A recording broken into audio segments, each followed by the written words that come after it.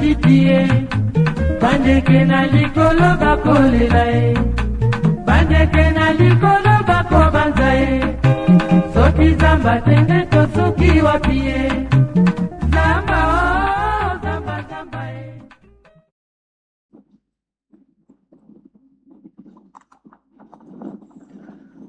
Vous serez appelés prêtres du Seigneur. Isaïe 61, 6. Excellences, mes seigneurs les évêques, très chers fils prêtres, chers religieux et religieuses, mes chers diocésaines et diocésains, frères et sœurs de Christ. C'est dans la joie que je vous accueille dans cette église et cathédrale pour la célébration solennelle de la messe chrismale. Dans cet élan d'allégresse, je salue chacune et chacun de vous, tout en vous remerciant d'être venus si nombreux, en laissant vos occupations et en affrontant les contraintes de la circulation dans notre ville de Kinshasa. Au cours de cette célébration, je bénirai l'huile des catéchumènes, l'huile des malades, et je procéderai à la consécration du Saint-Crème.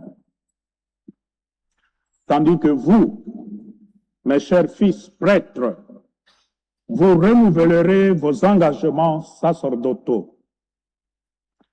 Cette célébration n'est nullement la répétition annuelle d'un rite. Elle est la liturgie par excellence de l'unité du presbytérium et du peuple de Dieu autour de l'évêque. Elle se veut une grâce que Dieu ravive en nous la grâce de l'Esprit, la fidélité à notre vocation, ainsi que la charité pastorale. Le thème de cette année pastorale, centré sur la communion et la synodalité, donne à cette célébration de la messe chrismale un relief particulier. En effet, la messe chrismale est déjà en elle-même un geste de communion. Elle manifeste que l'Église vit et grandit dans la co-responsabilité réelle et partagée. Ainsi, votre présence, chers prêtres, chers consacrés, chers fidèles, autour de votre évêque, exprime cette communion voulue permanente, missionnaire et concrète.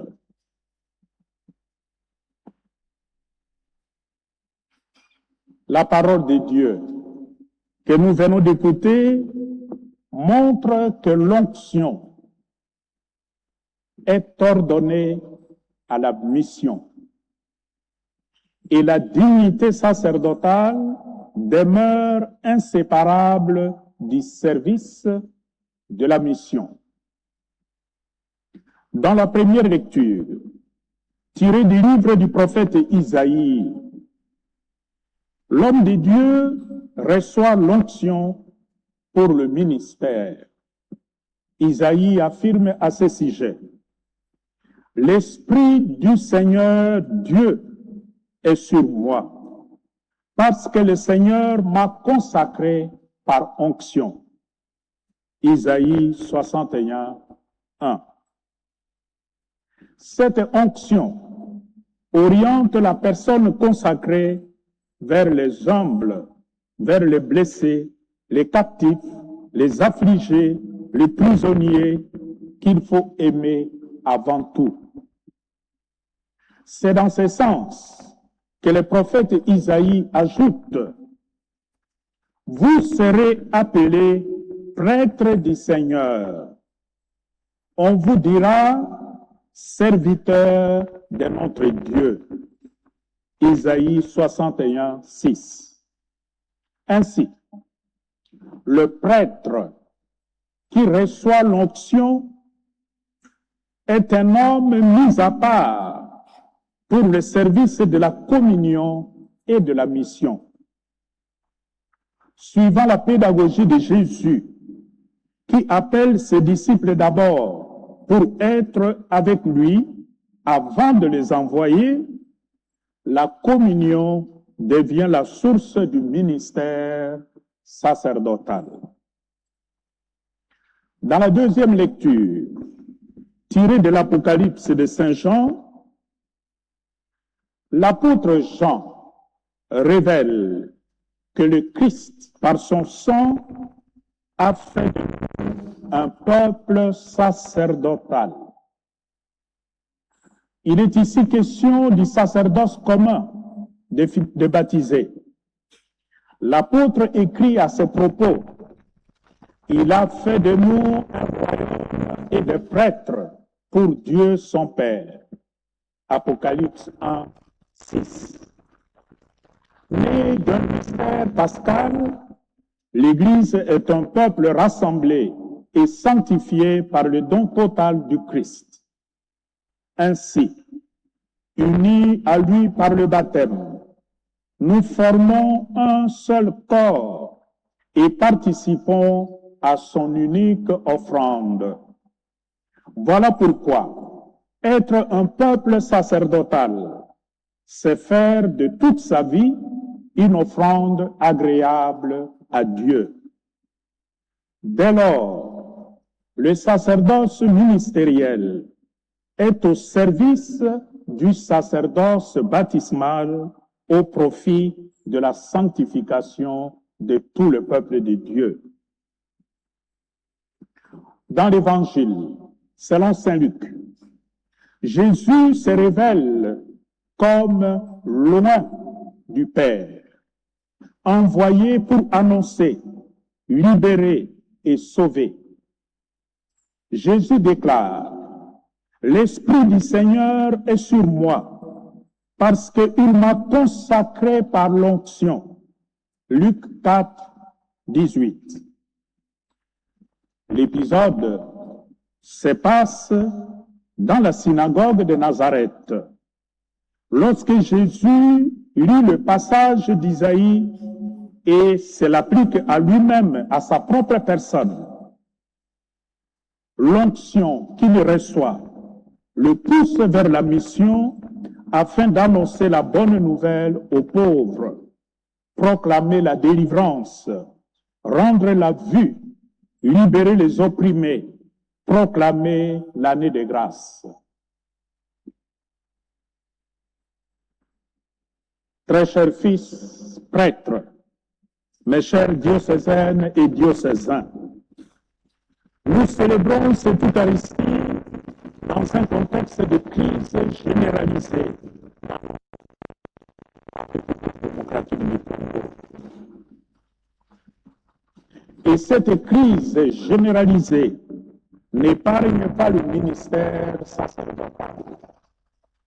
Vous le savez, depuis quelques années, pas un trimestre ne passe sans qu'on ait mis la main sur de faux prêtres dans notre archidiocèse. Des individus qui usurpent l'identité sacerdotale et abusent de la foi des fidèles au nom du sacerdoce. En face de cela, il y a toutes ces personnes qui du jour au lendemain se proclament évêques, bishops, archbishops, portant habits et insignes épiscopaux religieux, sémant impunément la confusion chez le commun des fidèles. Ce que cache cette charlatanerie, c'est la simonie, Croire que la grâce de Dieu peut être subordonnée au gain, à l'argent facile. Contre cette déviation, le prêtre, selon le cœur de Jésus, doit se démarquer par son style de vie. Gardez-vous donc, chers prêtres, de mettre de côté tout ce que vous avez appris au séminaire ou au scolastica, en voulant à votre tour copier tous ces marchands des grâces illusoires, tous ces marchands des bonheurs illusoires au nom de Dieu, au nom du sacerdoce. Votre ministère, mes chers prêtres, consiste essentiellement à imiter le Christ qui se donne pour les pauvres, les malades, les opprimés, en partageant leurs conditions.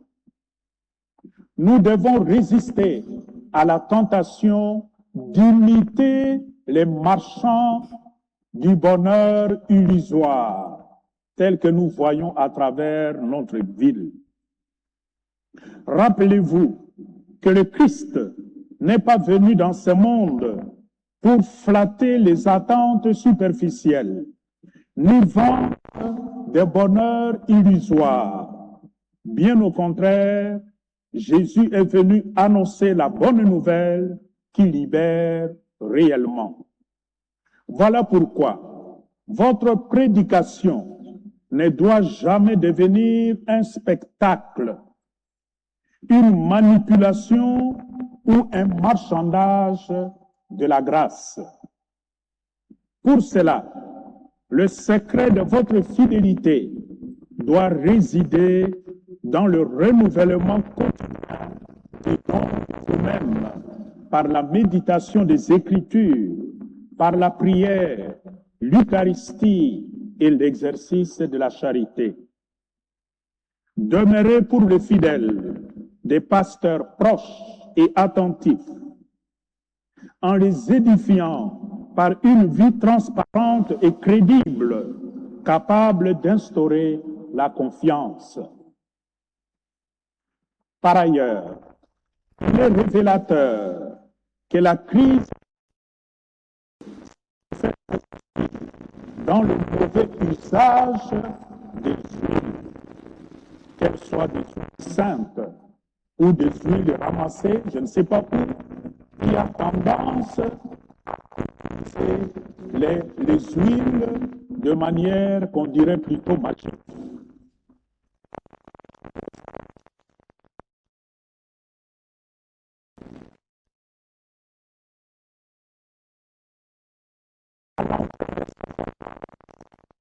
Parfois même ici à la cathédrale, vous trouverez des vendeurs de huiles de toutes sortes à l'entrée de l'église. Parfois, c'est de l'eau dans de petites bouteilles, prétendument venues de la Terre Sainte, venues de Lourdes, des Padre Pio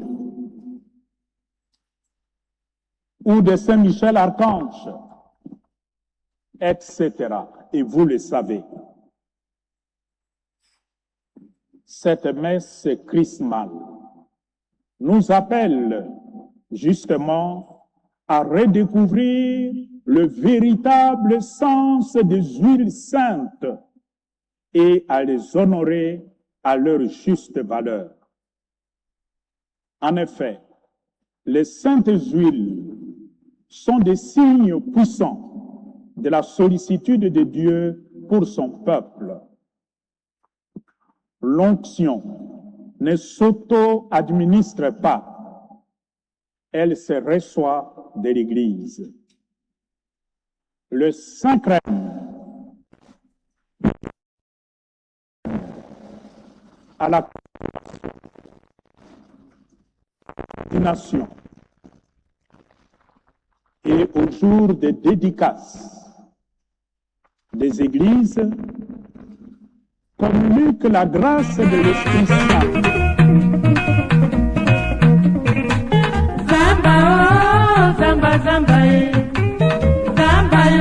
lokola bibwele zamba yokobombaka matiti ye bandeke na likolo bakolela ye bandeke na likolo bakobanza ye soki zamba tende to soki wapi ye